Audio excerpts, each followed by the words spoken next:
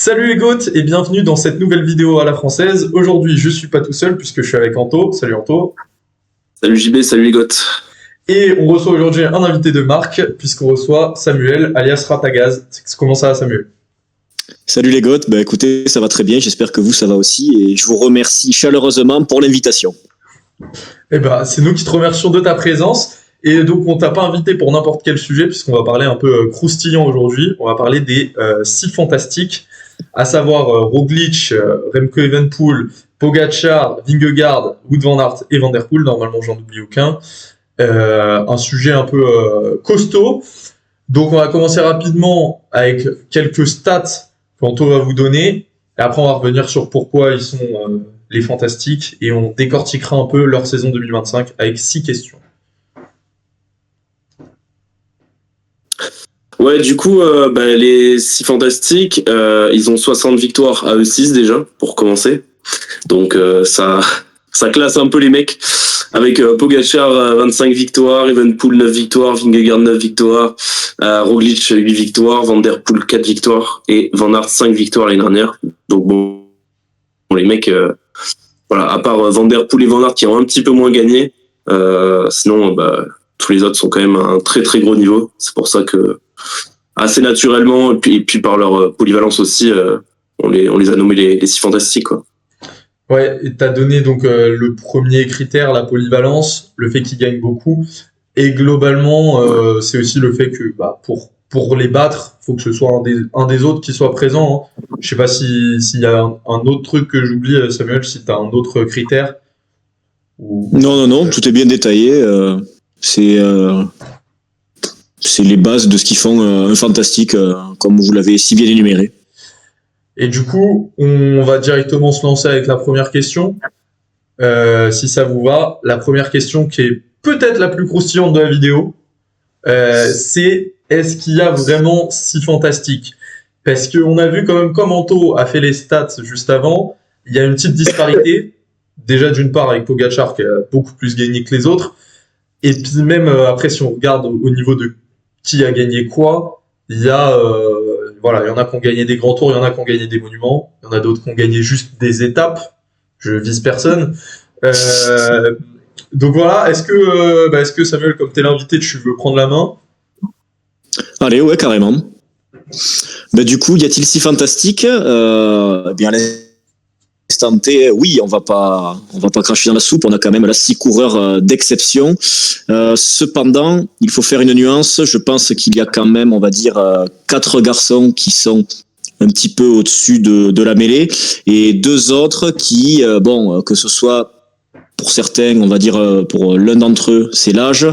Pour l'autre, c'est plutôt, on va dire, des pépins physiques, des petites blessures qui peuvent, on va dire, qui pourraient, dans un futur proche, remettre en doute leur statut de fantastique. Je n'ai donc pas pour l'instant, je pense qu'on en parlera un peu plus tard. Le suspense. Ok, Anto, je te laisse compléter. Non, oui, pour moi, on en met 6 parce que on veut pas faire de jaloux, mais déjà on a un plus fantastique que les autres avec Pogacar, et ça c'est déjà la première chose qu'il faut dire, c'est qu'il est largement au-dessus des autres et que si il fallait lui trouver un autre superlatif à lui, ça serait largement possible. Après, pour moi, s'il y en a un qui pourrait sortir de la liste, et c'est parce que pour moi, dans chacune des disciplines, il est battu par l'un des fantastiques, c'est Roglic, qui sur un grand tour sera battu soit par Vingegaard, soit par Pogacar, et on l'a vu déjà par le passé par Evenepoel. Sur des Flandriennes, il est complètement hors jeu.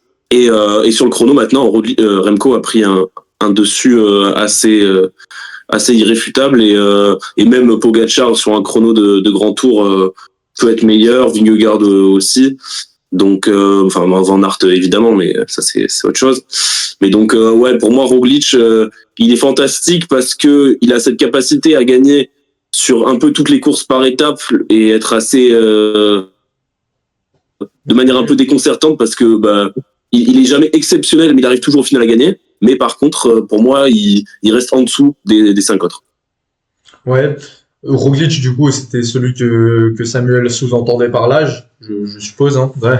Exactement. Et je suis d'accord avec toi, il y a ce côté où, en plus de la caractéristique polyvalence, etc., il y a aussi la caractéristique spectacle que je trouve Roglic a moins que les autres. Je dis pas que c'est le spectacle que j'apprécie forcément. Hein. On est au courant sur cette chaîne, on n'est pas forcément les plus grands fans des Fantastiques, bien que moi j'apprécie Van Der Poel par exemple. Mais, euh, mais Roglic, il a vraiment un côté faire le minimum pour gagner, quoi. Genre, t'as rarement l'impression, il va pas attaquer de loin, il va pas, voilà. Au-delà de ça, si Samuel parlait de pépins physiques, moi je pense à potentiellement aussi, je faisais des petits signes de pépins mental pour Van Aert quand il y a son compère Van Der Poel sur la course, qui lui pose de gros problèmes, mais ça on y reviendra peut-être un peu plus tard si on parle de leurs équipes, que ça pourrait peut-être changer. Et moi justement, je voulais parler de Van Der Poel, pas du fait qu'il soit pas fantastique, parce que en fait, quand il a un objectif, il est quasiment imbattable globalement, sauf si Pogacar vient l'embêter. Même si l'an dernier, on l'a vu battu par Pedersen, donc ça soulève quand même quelques questions. Est-ce qu'il est tellement au-dessus que ce qu'il a pu montrer une fois que tout le monde était tombé globalement? Mais Van Der Poel et Van Aert, ils n'ont pas la caractéristique des grands tours, donc on les voit. Je les vois moins comme des fantastiques que les quatre autres, moi personnellement. Je sais pas vous. Je prends la parole. Moi non, je suis pas forcément d'accord parce que comme justement tu l'as dit, c'est-à-dire que quand notamment Van Der Poel, c'est quand il cible quelque chose, il y a 98% de chances que ça le fasse. Tu parlais justement l'an dernier, il se fait battre par Pedersen, si je dis pas de bêtises, c'était sur Gand-Wevelgem, non? Ouais, c'est ça. Ouais, il se fait battre, mais pareil, il a remporté quelques jours avant le 3. Il y a le Ronde qui arrive incessamment sous peu après, donc est-ce que lui est pas un petit peu en gestion aussi, je ne sais pas. Après, toujours est-il que oui, tu as raison, c'est certain, il a été battu, mais après au final, peut-être dans 50 ans, quand on regardera le palmarès des courses, est-ce qu'on retiendra qui cette année-là a gagné Gand-Wevelgem, ou plutôt qui a fait le doublé, tu vois, Ronde puis Paris-Roubaix. Donc c'est en ce sens-là que ouais, non, pour moi le nom de Van Der Poel est indiscutable, voilà. Ouais.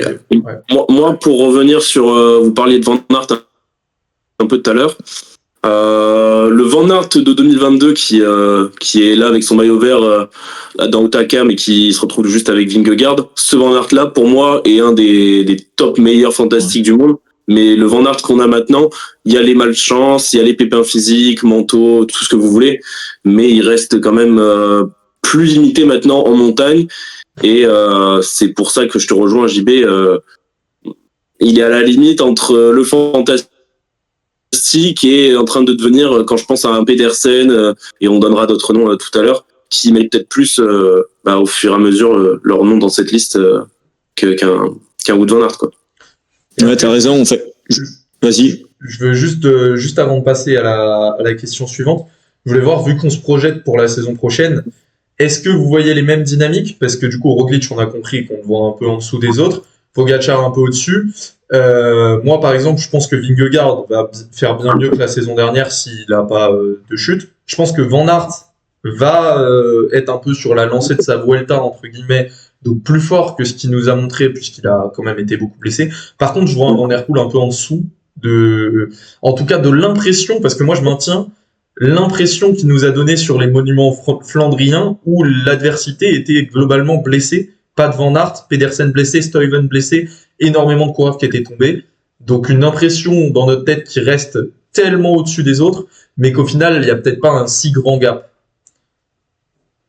Ouais, non, mais je suis d'accord avec toi. Pour Van Der Poel, maintenant, on verra bien ce qui va se passer, mais pour moi, Van Der Poel, de toute façon, reste le moins polyvalent des 5, des 6 avec Roglic. Ouais, non, je suis d'accord. Et pour revenir à ce que tu disais sur justement quelle va être la dynamique de la saison, je reviens sur Van Aert, mais du coup pour moi ça, je pense que comme tu dis, si il continue sur la lancée de sa Vuelta, alors justement il va prouver que il reste un fantastique, mais ça peut très bien être aussi une saison charnière dans laquelle il peut bien s'avancer vers une sorte de déclin. Alors attention, hein, pas de là à se mettre à ne plus rien gagner du tout, mais comme tu dis, peut-être être relégué juste un petit temps au-dessous par rapport aux 5 autres coureurs. Mais pour moi, ouais, 2025 va être charnière pour Van Aert. Soit il continue, il retrouve ses ailes, lui qui faisait l'Albatros quand il avait gagné et qu'il avait pris le maillot jaune. Soit à l'inverse, il prend un peu de plomb dans l'aile et du coup, il redescend simplement d'un étage. Ouais. Je suis d'accord. Ok, je pense que c'est un bon mot de la fin pour cette question. Parce que c'était la plus costaud, donc voilà, c'est normal qu'on y passe un peu plus de temps sur celle-là. Et donc, on va s'attarder maintenant sur les grands tours et les monuments. Est-ce qu'il y en a qui peuvent échapper au fantastique? Donc, je pense que je lance le pavé dans la mare. Je pense qu'on a tous un grand tour en tête, plus que les autres, et sûrement un monument plus que les autres. C'est-à-dire les deux. Alors, le monument et le grand tour sont italiens, mais donc le Milan-San Remo pour les monuments et le grand tour c'est le Giro. Est-ce que Anto, peut-être vu que c'est Samuel qui a commencé, tu veux nous donner ton avis sur la question? C'est évident que ce qui vient en premier, on dirait le Giro et Milan-San Remo. Tout simplement parce que il devrait y avoir sur le Giro en tout cas que Primož Roglič d'après les dernières informations et ça peut encore bouger donc ça se trouve dans 10 jours Pogačar annonce sa participation au Giro mais visiblement de ce qu'avait dit son DS ça a l'air d'être le cas. Remco devrait être à peine de retour de blessure donc de toute façon ça se pose même pas comme question et Vingegaard visiblement c'est Tour Vuelta. Donc c'est pour ça que le Giro paraît possible. Roglič a déjà été battu, a déjà failli être battu par Geraint Thomas il y a 2 ans. Il avait déjà été battu par un Remco qui n'était pas le grand Remco à l'époque non plus. Donc et on en avait déjà parlé avec les Français quand on voit Romain Bardet, David Gaudu qui peuvent être pourquoi pas intéressants. Il faudra voir sur ce Giro. Et après Milan-San Remo, ça reste tellement aléatoire que voilà. Mais je vais vous laisser en parler un peu plus de Milan-San Remo. Moi, je vais parler d'un autre monument aussi. C'est Paris-Roubaix. Parce qu'on sait tellement que ce monument est pas autant aléatoire que Milan-San Remo. C'est pas de la même manière, mais avec tous les pavés et toutes les crevaisons qu'il peut y avoir, quand on voit l'équipe Visma qui peut très bien se rabattre sur un Laporte, par exemple, Philipsen qui a gagné Milan-San Remo, Paris-Roubaix. Du coup, Milan-San Remo aussi, mais voilà. Qui a pas gagné. Et qui a fait deuxième, 2 fois. Non, mais oui, qui aurait pu gagner Paris-Roubaix. Je te corrige. Ouais. Qui aurait pu gagner Paris-Roubaix, pardon. Voilà, pour moi, il y a d'autres prétendants qui peuvent être là et c'est des courses qui sont plus aléatoires que par exemple un Liège ou surtout un Tour de Lombardie qui est promis à un grimpeur, par exemple. Ouais. Globalement, de toute façon, les monuments étant des courses d'un jour, sont forcément plus propices à basculer que les grands tours, je trouve.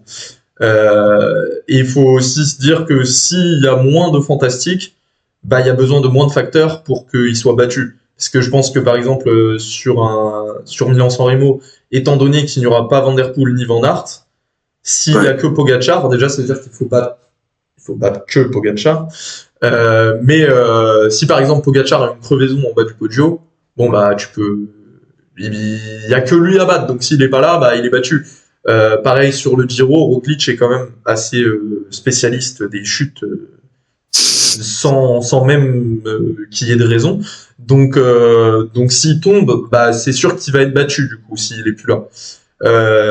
Malgré ça, je pense que Roglič restera favori pour le Giro. Je pense qu'il peut être battu en fonction de la concurrence. Je crois qu'il y aura quand même une belle start list au Giro à côté de ses adversaires. Et sur Milan-San Remo, Pogačar, je l'ai jamais vu faire assez de différence, mais je l'ai jamais vu faire assez de différence parce qu'il y avait toujours Van der Poel dans la roue. Mais il sera là, Van der Poel, je me permets de te couper, mais il sera là. Ah, il me semblait qu'il avait annoncé qu'il ne serait pas là. Finalement, il a annoncé qu'il devrait être là. Ça change tout alors. Ça change tout et tu sais quoi ? Ça me conforte dans l'idée qu'ils peuvent être battus. puisque ça, pour moi, ça peut faire comme l'an dernier. Que Paul Magnier peut gagner Milan-San Remo. Potentiellement. Paul Magnier ou Pedersen ou Philipsen comme l'an dernier ou Jonathan Milan peut-être aussi. Voilà. Des mecs comme ça, parce qu'en fait, le fait que Pogacar ne puisse pas partir tout seul parce qu'il y a Van Der Poel dans la roue, ou que Van Der Poel ne puisse pas partir tout seul parce qu'il y a Pogacar dans la roue, fait que derrière, ils se regardent dans la descente et ça revient. Ils prennent pas le risque de se jouer en 1 contre 1 parce que Pogacar a peur de Van Der Poel et que Van Der Poel se dit que c'est un peu la honte alors qu'il a Philipsen derrière qui peut lui prendre s'il se rate, bah c'est son problème à lui, quoi. Donc bon, c'est ce côté-là qui me donne envie de dire Milan-San Remo. Ouais, non, totalement. Milan-San Remo, comme tu l'as dit, de toute façon, il y a une énorme, vous l'avez dit tous les deux, il y a une énorme part d'aléatoire dans cette course. Non pas parce qu'elle fait 300 bornes, mais parce qu'il y a ce foutu Poggio quelques kilomètres avant l'arrivée, et on le voit, c'est le scénario de tous les possibles. On a vu Nibali gagner en solitaire alors que Nibali c'est un pur grimpeur. On a vu Mohoric attaquer dans la descente. On a vu Stuyven gagner pareil en attaquant plus proche de l'arrivée ce coup-ci. Mais ouais, vraiment tout est possible. Qu'est-ce qui dit que on va pas se retrouver avec un scénario à l'ancienne avec un troupeau de sprinters, et donc là dans ce cas-là, Pogacar sera un peu plus, on va dire, dans la panade. Si jamais il se retrouve avec plein de gros cuisseaux, pardon. Ouais, c'est vrai, il y a plein de scénarios de course qui sont possibles. Il en met Milan, pour Milan sur l'UAE Tour, donc faut faire gaffe avec Pogacar, faut jamais le sous-estimer. Ouais, ça c'est vrai. Et du coup, c'est vrai. En parlant de Pogacar et de ses fantaisies, est-ce que vous pensez qu'il peut être battu, lui, à la régulière, on va dire, sans chute et sans... Est-ce qu'il peut être battu, et surtout, est-ce qu'il peut être battu par quelqu'un qui n'est pas dans les fantastiques? Marc Coach, bonsoir, non? Non. Non, en vrai. Ouais, vas-y, je te laisse. Sur le papier, non, bien sûr, là, il est tellement fort depuis, on va dire, surtout depuis le Giro, depuis l'an dernier, il est quasiment imbattable, quel que soit le terrain. Mais après, justement, le Giro, la première étape, faut pas oublier qu'il se fait battre par Narvaez, donc en fait non, bien sûr, ça reste avant tout et malgré tout, c'est surprenant, mais un humain, donc c'est pas un robot, donc il y a pas 100% de chance qu'il gagne une course. D'ailleurs, les bookmakers le mettent, on va dire, très bien en ce moment sur les sites de paris. La cote, elle est 1,20, tu vois, elle est pas 1,01. Donc en fait, c'est bien la preuve que ça reste un humain, il peut tout lui arriver, mais c'est vrai que on a du mal quand même à imaginer le fait qu'il puisse être battu. Bon, sauf par Vingegaard, si ce dernier réussit à retrouver son niveau d'avant-chute, mais sinon en fait, hormis Vingegaard, qui? Remco Evenepoel sur le Tour de France. Là c'est plus en Remco Evenepoel sur Liège, si tu veux, oui. Non, mais oui, sur Liège aussi, mais alors non, moi j'y crois pas à ça, mais c'est...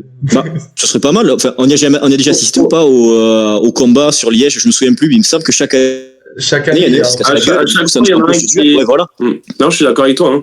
Non, et puis même, il l'a déjà battu, Remco, sur des courses d'un jour, comme des championnats du monde, ou voilà. Donc, Remco sur des courses comme ça d'un jour, sur un Tour de Lombardie, pardon. Pourquoi pas? Après, il était pas non plus si loin l'année dernière, alors qu'il était pas forcément au top de... Ouais, il était pas si loin. Sur le Tour de Lombardie, Pogacar, ça fait quand même 3 ou 4 ans qu'il se balade complet, quoi. Il y a bien un jour où... tellement il vient, moi je l'ai renommé, c'est plus le Lombardie, c'est le Pogacar Race. J'ai l'impression il fait un tour il tape dans les mains des supporters, c'est du n'importe quoi. Non, et après c'est sur le rond si jamais il fait Roubaix, où là il reste quand même pas sur son terrain de prédilection, et un Van Der Poel à 100% peut, je pense, aller battre Pogacar là-dessus. Après, non, mais clairement, t'as raison. T'as totalement raison, c'est vrai. Non, j'abuse un peu tout à l'heure, mais il y a pas mal de terrains sur lesquels il peut être battu, notamment ces terrains qui ne sont pas ses terrains de prédilection, comme tu l'as dit. Sur un grand tour, bon, là, c'est un peu plus compliqué. Sur Liège et sur Lombardie, c'est compliqué. Mais toutes les autres courses sur lesquelles il va participer, oui, effectivement, il peut totalement être battu.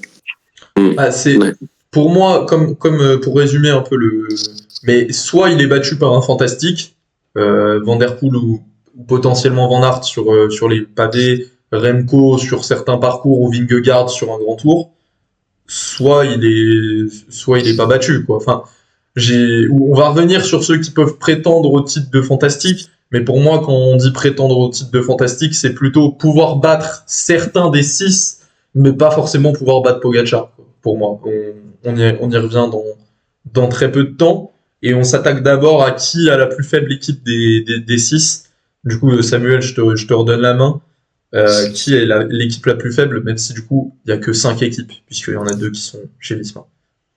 Exactement, l'équipe la plus faible, on va pas se mentir, c'est l'Alpecin de Koenig de Van Der Poel. Quand on voit toutes les autres armadas, Soudal pour Remco, on en a parlé un petit peu tout à l'heure en off entre nous, mais on va dire que l'équipe est en train de se construire. À terme, les successeurs de Patrick Lefebvre veulent lui faire une véritable armada. On est en train de faire une véritable transition d'équipe de Flandrien vers une équipe de Grand Tour. Donc, peut-être dans un futur proche, les autres équipes se battront entre elles, mais pour moi, l'Alpecin est pour l'instant la plus faible, et voilà. Et donc Van Der Poel doit souvent se débrouiller un petit peu seul, entre guillemets, parce que attention, il y a quand même des jolis noms derrière, mais bon. C'est vrai que quand on regarde les autres effectifs, que ce soit la Jumbo Visma, j'allais dire, la Visma Lease Bike, la UAE, la Bora, il n'y a pas photo. Ouais, et même pour... on est un peu tous d'accord, je pense, tous les trois, sur que c'est la Bora, l'Alpecin la plus faible. Mais par contre, si on se demande qui est la plus forte, pour le coup, je pense que là, il y a un peu plus de débat. Alors, certes, UAE paraît et reste quand même le meilleur collectif, surtout pas forcément parce que ils ont beaucoup d'individualités, mais surtout que ces individualités vont se morfondre dans un collectif pour Pogacar, ils vont rouler quoi qu'il arrive pour lui, et ils savent qu'au bout il gagnera, donc c'est plus facile forcément de se sacrifier que dans une équipe comme Bora, où Hindley aura peut-être un peu plus de mal à se sacrifier pour Roglic. Mais en tout cas, c'est une équipe qui s'est très bien renforcée et qui peut postuler au moins être la deuxième meilleure équipe devant la Visma. C'est pour moi la Red Bull Bora, qui a encore fait un recrutement cet hiver assez phénoménal, avec notamment, je pense, à Maxime Van Gils, mais avec déjà tous les Lipovitz, les Vlasov, les Martinez qui sont là, etc. Donc voilà, je pense que c'est plus là où il y a un gros débat que au fond où certes la Quick Step est pas une équipe au niveau par exemple de la Visma et de la UAE, mais donc forcément est un peu plus faible, mais surtout la bien grosse plus faible équipe c'est l'Alpecin. Surtout du coup pour finir que Alpecin s'est énormément affaibli cet hiver en plus. Enfin déjà que c'était pour moi la plus faible à la base, elles se sont toutes renforcées pendant qu'Alpecin s'est elle affaiblie en perdant notamment Axel Laurence et surtout Søren Kragh Andersen, qui sur les parcours où ils sont forts étaient quand même un atout de taille, malgré que ce soit pas un coureur qui gagne énormément. Et pour revenir, parce que du coup vous avez parlé de Soudal et c'était surtout moi qui a été un peu dur avec eux en off, mais Soudal a un côté un peu comme Alpecin dans le sens où ils se sont vraiment spécialisés comme tu as dit et qui sont moins présents sur les différents parcours. Je trouve que maintenant sur les Flandriennes il n'y a plus du tout Soudal, alors que la Visma, maintenant la Bora avec le recrutement qu'ils ont fait et UAE avec Pogacar et puis avec les Tim Wellens, les Polite, etc., arrive à être présent vraiment toute l'année sur tous les types de parcours, ce qui est quand même assez impressionnant et parfois assez ennuyant, il faut le dire aussi, de voir tout le temps les mêmes maillots. Ça reste quelque chose qui peut me décevoir parfois, même si on commence à être habitué. C'est le cycle du vélo. Il y a 10 ans, c'était Astana, Sky et Quick-Step. Aujourd'hui, c'est Jumbo, UAE et Bora. C'est comme ça. C'est sûr. Et du coup, on a juste les petites périodes de transition où on s'amuse bien entre les deux à chaque fois. Mais non, mais je trouve que c'est un peu dur parce que je trouve qu'il y a des équipes qui travaillent très bien quand même, comme la Lidl, qui sur certains terrains arrivent vraiment à montrer leur maillot, et même la Lidl d'ailleurs qui avec Giulio Ciccone par exemple sur des terrains un peu diversifiés arrive à se montrer, même avec un Spielbos aussi sur la Volta. Et du coup, Ouais. question un peu plus... Bah, on parlait de la Lidl, donc ça passe plutôt bien. Décidément, les transitions sont toutes prêtes. Mais est-ce que vous voyez quelqu'un qui a le niveau pour devenir un fantastique ou du moins pour battre les fantastiques sur différents types de parcours? Est-ce qu'il y a des coureurs qui vous viennent en tête, du coup, Anto? Bah, je vais le garder pour la fin, mon petit, mon petit nom. Mais non, tu parlais de Lidl. Dans les prochaines années, là, on se projette beaucoup. C'est pas forcément pour l'année prochaine, mais il y a un coureur qui arrive dans les rangs élites et qui est pour moi la polyvalence, en tout cas de ce qu'on voyait en junior, à proprement parler, c'est Albert Philipsen, qui est aussi bon sprinter, grimpeur, puncher, rouleur, très bon crossman, qui peut un peu tout faire et qui paraît un peu comme un épouvantail. Et il faudra voir maintenant ce que ça donnera au plus haut niveau, parce que c'est bien beau de faire ça chez les juniors, mais maintenant faudra prouver. Mais donc Albert Philipsen, c'est un peu le nom comme ça. Mais sinon, un autre mec de chez Lidl, et peut-être que c'est celui-là dont tu parlais, JB, Oui. c'est Thibaut Nice, peut-être, qui paraît C'était assez pas Thibaut polyvalent. Nice que je parlais, mais Thibaut Nice, c'est vrai que c'est une belle carte. J'y avais pas pensé, mais ouais, c'est... Bah, très bon puncher, bon sprinter, qui est très bon au niveau des Flandriennes et qui a un peu un profil à la Van Der Poel, Van Aert, et aussi très bon crossman. Donc voilà. Je suis d'accord. Ouais, non, c'est vrai, Thibaut Nice, on n'y a pas pensé, mais complètement. C'est vrai que l'an dernier, il a amené un élan de fraîcheur à s'imposer quasiment ses premiers tours de roue, il fait que gagner, je crois, c'était impressionnant. Et oui, sinon, pour rester dans la même équipe, Pedersen, moi je pense qu'il pourrait devenir un jour ou l'autre, après ça lui part en nez depuis un moment, depuis le titre de champion du monde en 2019, ça lui part en nez de devenir de rentrer vraiment dans le top tiers des meilleurs coureurs mondiaux. Et sinon, j'ai bien envie de tabler sur, ça va peut-être vous surprendre, mais sur Tom Pidcock. Alors j'aimais pas beaucoup le garçon depuis 2-3 ans, j'aimais pas trop le comportement, ce qu'il dégageait. Et pour moi, le fait de se barrer de chez Ineos, c'était déjà une connerie pour Ineos, parce que ça reste quand même un type qui est bon, mais pour moi, c'était un peu un enterrement de première classe auquel on assistait. Ouais, voilà, c'est ça, pour aller chez Q36.5, qui était on va dire qui était une petite équipe, hein, même c'est encore le cas, de toute façon, c'est une équipe qui était en cours de construction, mais pour l'instant, la mayonnaise a l'air de prendre, et je me dis que, eh bien, si lui qui demande statut notamment de leader sur un grand tour depuis pas mal d'années, s'il arrive à confirmer, pourquoi pas alors le voir toquer à la porte des tout meilleurs. Après, tout reste à prouver vraiment, parce que ça fait là, c'est vraiment ce que je fais là, c'est vraiment de la dictature de l'instant là, c'est-à-dire que le début de saison est pas mal, donc je m'emballe un peu, mais je me dis que il a l'air de s'épanouir. Il a demandé des choses, l'équipe a l'air de lui tendre la main et de lui donner tout ce qu'il a envie d'avoir, donc pourquoi pas, allons-y, hein, je veux dire, il a signé pour 5 ans, je crois, donc le projet peut être beau, et pourquoi pas le voir, pourquoi pas le voir grappiller des places dans la hiérarchie des meilleurs coureurs mondiaux. De toute façon, Pidcock, ça fait X années qu'il était censé devenir ce coureur extraordinaire et qu'il a pas réussi. On a déjà cité tout le Lidl Trek, donc je vais pas revenir dessus. La plupart, c'était eux que j'avais en tête. Moi, j'ai 2 noms, un pour le futur. Je sais pas si j'y crois des masses, mais vu que Anto a dit Albert Philipsen, moi je voulais parler de Tibor Del Grosso, parce que quand je regarde le cyclocross, c'est vraiment le régène de Van Der Poel. Tu regardes la course espoir, le lendemain tu regardes la course homme, t'as l'impression que c'est le même coureur qui a fait le parcours, ils prennent les mêmes trajectoires, le même coup de pédale, tout est pareil, et ils sont dans la même équipe, et il va grandir avec Van Der Poel qui est à côté, il vient de passer pro. Alors Alpecin a un bel arrivage de très jeunes coureurs en pro, donc s'ils arrivent à faire éclore tout le monde, ça va être costaud. Et Van Der Poel, mine de rien, vient ou va avoir 30 ans, donc commence à être sur sa deuxième partie de carrière, même s'il est arrivé très tard, donc on a l'impression que c'est récent, mais ça commence déjà à tirer un petit peu sur la corde. Je suis pas sûr qu'il puisse faire ça pendant 5-6 ans encore, donc assez vite il va chercher à passer peut-être le flambeau, même si je pense c'est pas le genre de mec qui sera là à 40 piges à être encore là en mode tonton du peloton. Je pense ça va être un peu comme Sagan, quand ça commence à plus aller, on s'en va et puis on va faire danser avec les stars, et puis voilà. Du coup, un autre nom pour finir un peu et parler d'autres équipes que les équipes qu'on trust depuis tout à l'heure, c'est Mark Hirschi à la Tudor, qui je trouve a une belle carte dans le sens où, mine de rien, depuis 2-3 ans qu'il était chez UAE, on n'en parlait plus trop, il était un peu sous les radars, etc. Mais il restait dans les coureurs qui faisaient le plus de points UCI et tout tous les ans. Hein. Il était tout le temps top 10, même sur les points sur Pro Cycling Stats, etc. C'est vraiment un coureur qui marque beaucoup de points. Encore la saison dernière, il est 4e, alors que pour autant, on n'en a pas parlé tant que ça. Et là, il se retrouve avec un job de leader où il sera plus équipier de Pogacar quand il y a besoin, etc. Et c'est un des rares mecs que je peux voir dans un très grand jour,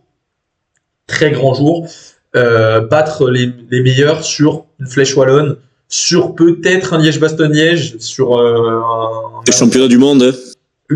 Peut-être. J'ai du mal sur les championnats du monde à voir qui battra Pogacar, mais voilà. Oui, là, il a cette année, ouais. Sur cette année, ouais, je parle bien sûr. Et du coup, là, ça fait déjà un peu plus de 30 minutes qu'on règle, donc on va plier la dernière question un peu plus... voilà, enfin, en tout cas, je sais pas si on aura le même classement, mais l'idée, c'est de faire un petit... J'ai pas donné mon dernier nom. Ah non, excuse-moi, vas-y, je te laisse nous révéler ta surprise. Ma surprise, c'est pas vraiment une surprise si vous avez regardé la vidéo des Français, mais pour moi... Et encore une fois, à l'image d'Albert Philipsen, c'est pas forcément un mec qui va arriver l'année prochaine. Je lui souhaite parce que je suis tellement optimiste pour sa saison 2025 que s'il va flop, on va se foutre de moi.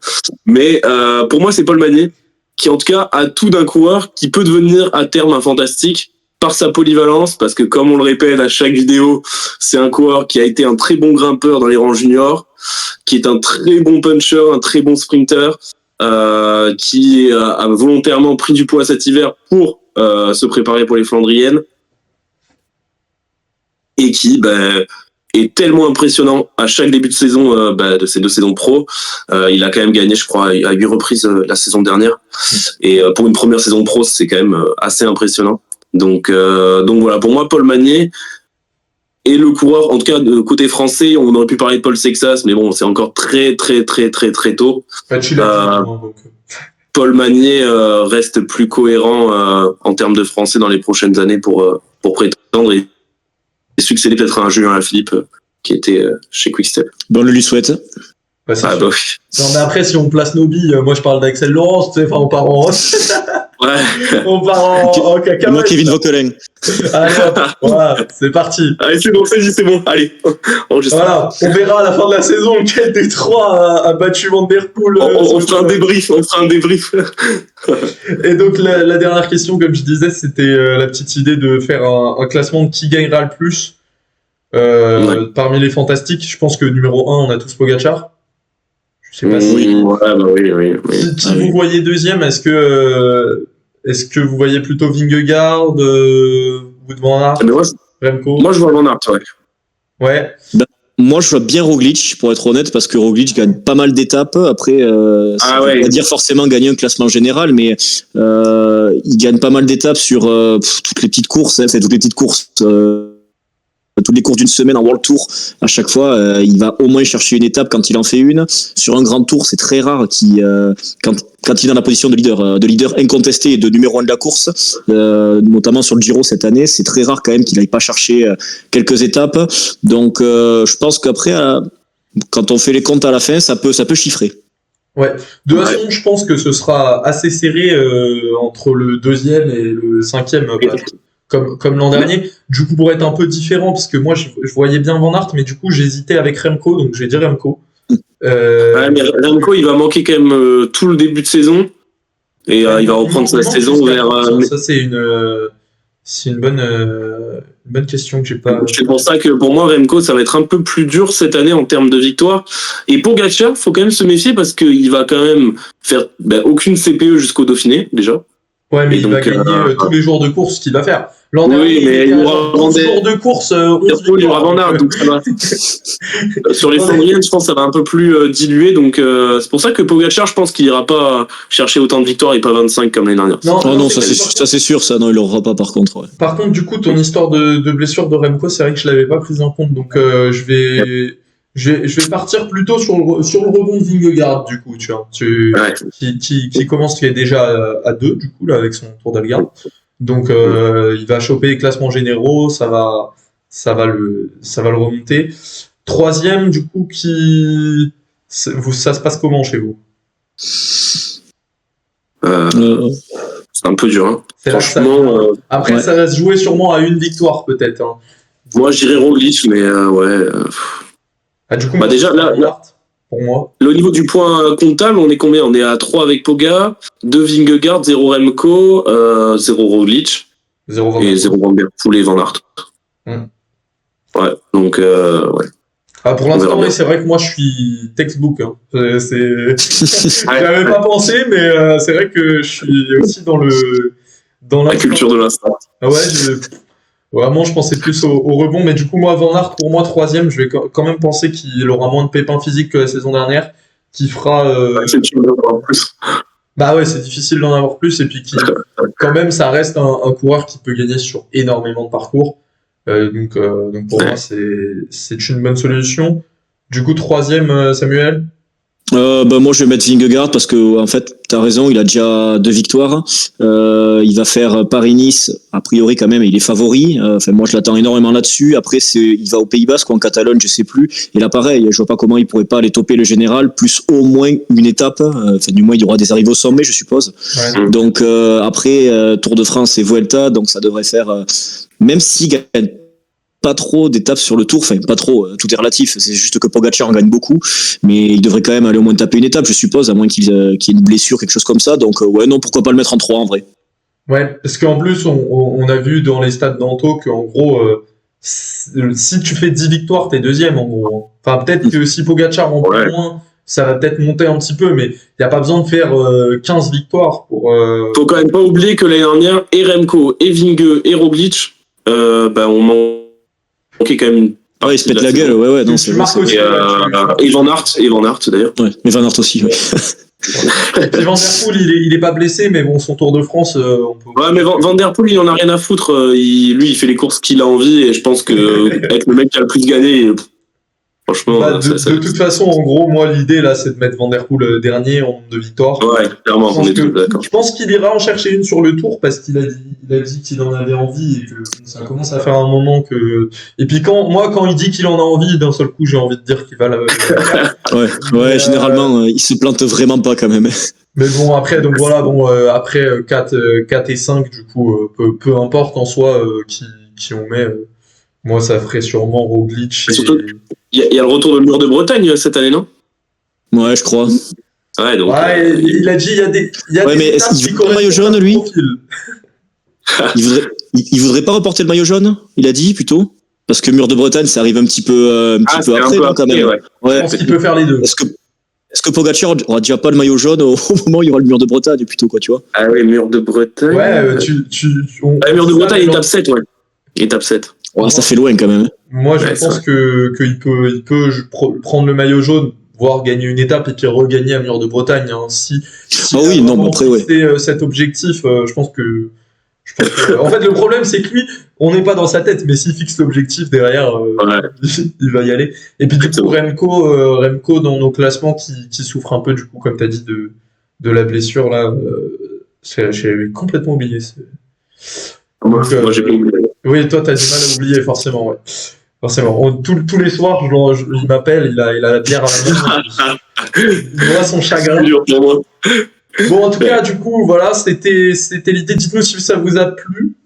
Si vous voulez qu'on fasse d'autres vidéos comme ça, déjà que celle des Français avait pas mal marché. Merci à Samuel de nous avoir rejoints pour cette vidéo. N'hésitez pas à aller checker ses réseaux. C'est où qu'on peut te retrouver, toi, principalement? Instagram, TikTok, YouTube un petit peu aussi, voilà. Parfait, alors c'est Gucci ici, hein. On balance les réseaux en plus, donc. C'est rodé. Et puis voilà, Anto, vous retrouvez ici, hein, comme d'habitude. Moi aussi, je mets mes réseaux.